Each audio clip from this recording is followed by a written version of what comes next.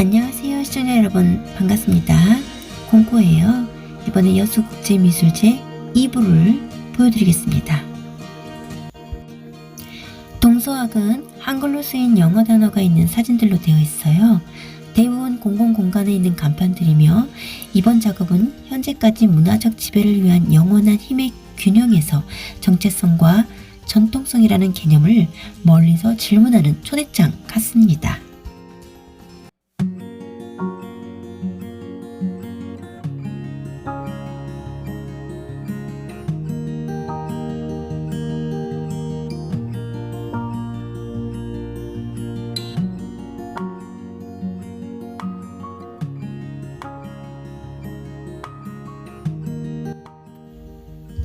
현대 풍속화가 있다면 최서군의 작품이 그것일 것입니다.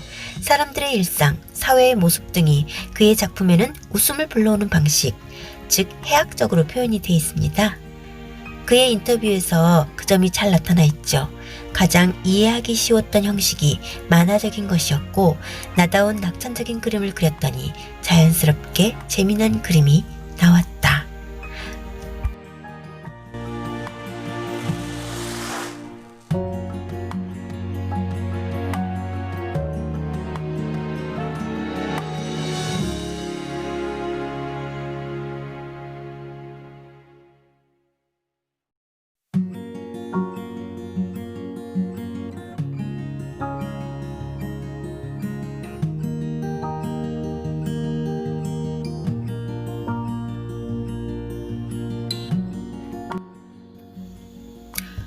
류인의 작품 3점을 보여드립니다. 흙, 난지도는 문명이 짓밟은 자연에서는 인간도 살아남기 힘들다는 준엄한 목소리가 담긴 작품입니다.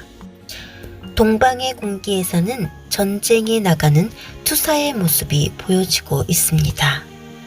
절대자 인간의 한계는 목에 수건을 건 권투선수 타이슨의 얼굴, 링 위의 황제, 절대자를 수건의 한 부분으로 받치고 있는 무게 배분의 절묘함에도 시선이 가지만, 수건이 닿은 지면에 이르면 눈길이 멈춥니다.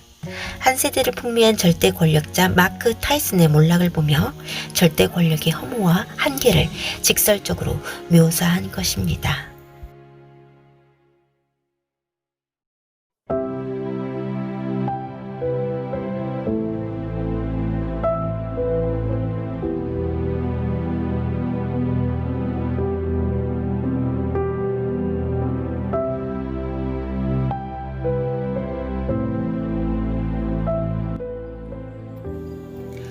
동양에서 공유되는 상상 속 동물인 용을 이미지로 차용한 것입니다.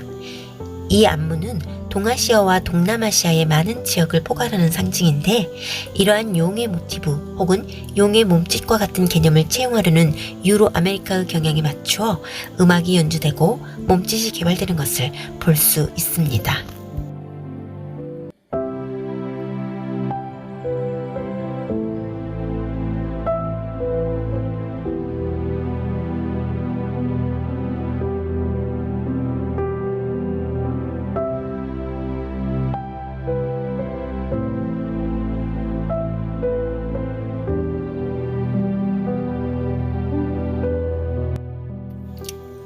신화에서 메두사의 무섭고 흉측한 모습과 돌로 만드는 능력이란 설정은 아마도 사회라는 대타자가 주는 경고의 알레고리일 것입니다.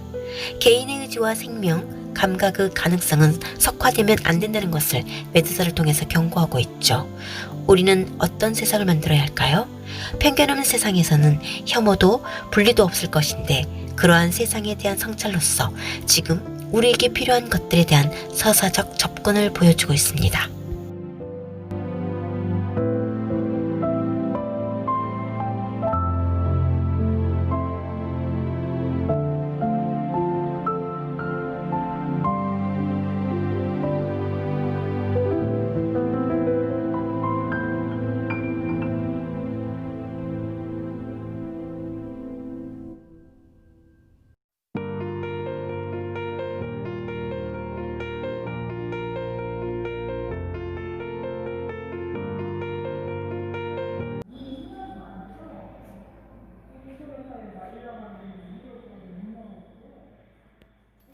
이번에 전시되는 이원호의 영상작업 모시 이야기 2020은 작가가 종로 탑골공원에서 우연히 만난 모시들의 무용담들을 수집 채록하고 이를 다시 배우들이 연기하는 방식으로 진행됩니다.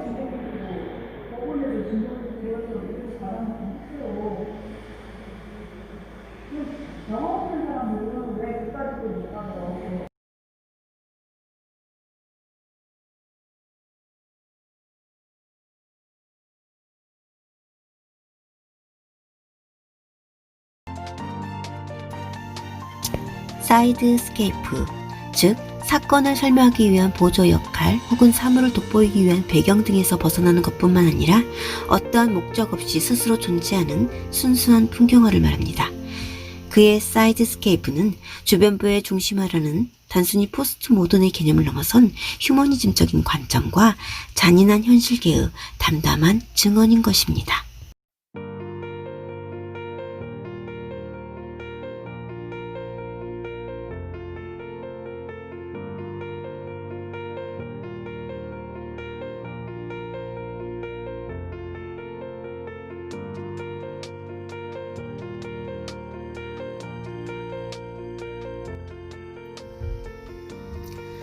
삶은 언어로 생각하고 소통하면서 시작되고 파멸됩니다.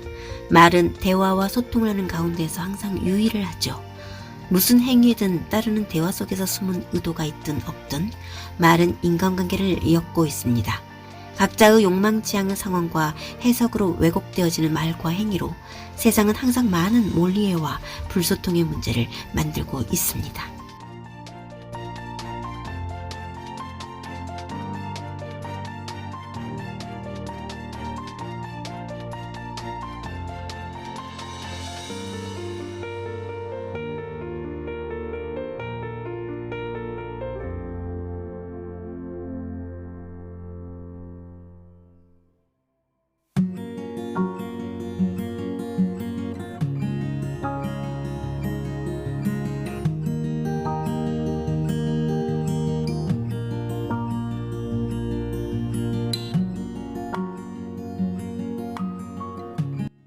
でなく、これを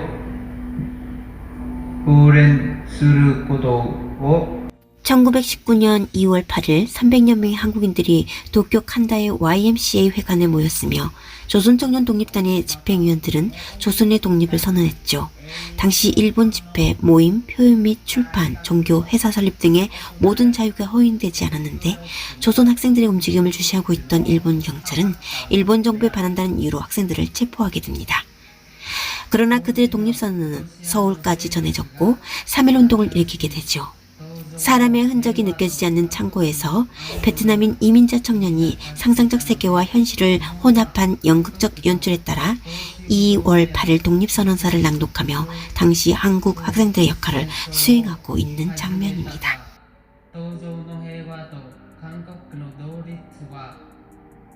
この同盟の印であった。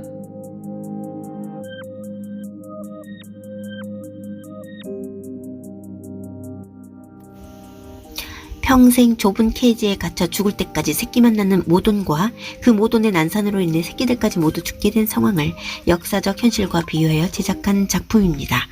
한효석 작가는 이 작품에 의하여 전라북도 정읍 소재의 돼지농장에서 2년간 일하며 제작했고 효과적 경제 논리로 대량 사육하는 방식으로 내몰린 가축들, 생산비의 대부분을 차지하는 거대 사료회사, 약품회사, 그리고 늘어가는 빚에 버티지 못해 감옥까지 가는 농부 등의 모습을 보여주고 싶었다고 합니다.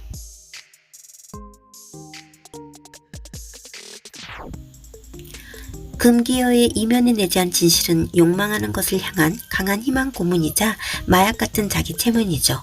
금기어가 오히려 새로운 금기어가 된 시대에서 금기어는 하나의 유혹이고 이 유혹에는 치명적인 것들이 은밀하게 숨어 있음을 보여주고 있습니다.